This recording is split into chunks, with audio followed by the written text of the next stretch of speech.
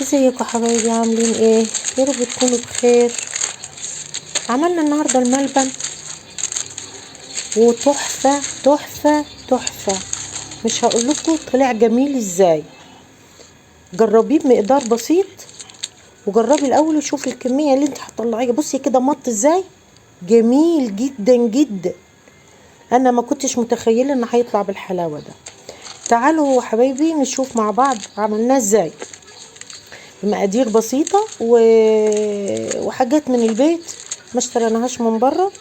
وعملنا كمية الملبن دي حاجة بسيطة صغيرة، ممكن ينفع من غير سوداني للحشو بتاع الكحك في العيد.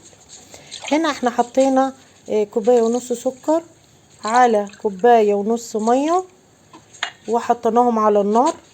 السكر مش نضيف، في حاجات كده اهو. حطيناهم على النار وسبناهم كده لغاية ما يغلوا. واول ما غلي معانا حطينا ذرة ملح ليمون، ذرة صغيرة، ربع معلقة من بتاعة الشاي الصغننة، مش الشاي اللي بتاعة السكر بنحلي بيها. بس كده هنسيبه يغلي كويس خالص. هنا جبنا نص كوباية نشا على نص كوباية مية باردة، وقلبناهم مع بعض ونزلنا بيهم على السكر حبة حبة كده اهو زي ما انتوا شايفين، واليد شغالة بتقلب عشان ما يخرجش معانا. تمام. ادي كده معانا احنا ايه، شغالين على النار هادية عشان ما يجمدش معانا بسرعة. النار هادية وايديك على التقليب. بعد كده هيبتدي يجمد معانا. اول ما يجمد معانا هنعمل ايه؟ هنا خلاص ابتدى يجمد شوية. هنعمل ايه هنا؟ هنجيب معانا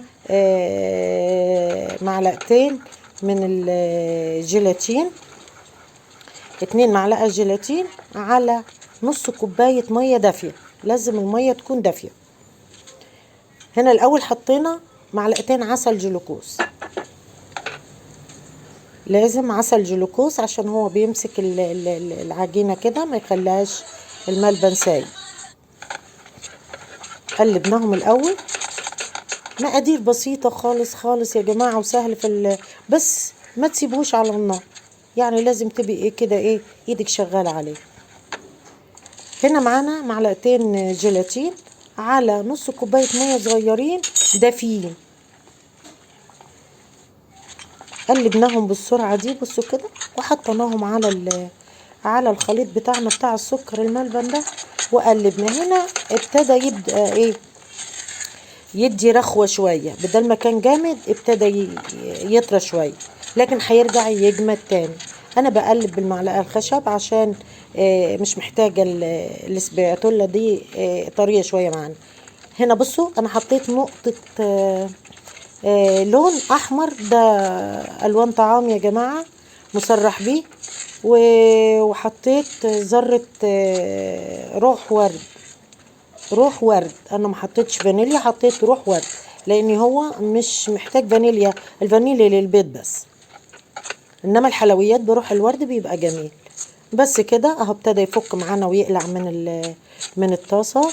بصوا كده هو على النار.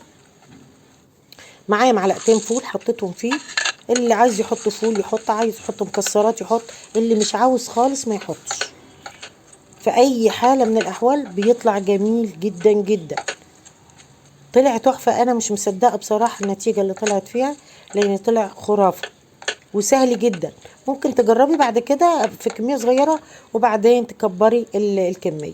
انا جبت هنا قالب ودهنته وحطيت عليه ورق اللي هو الورق بتاع الطعام، ودهنته بحتة زيت، وفرشت فيهم الملبن كده اهو، وهغطيه واسويه بايدي واسيبه لمدة 4 ساعات لان الجو بارد.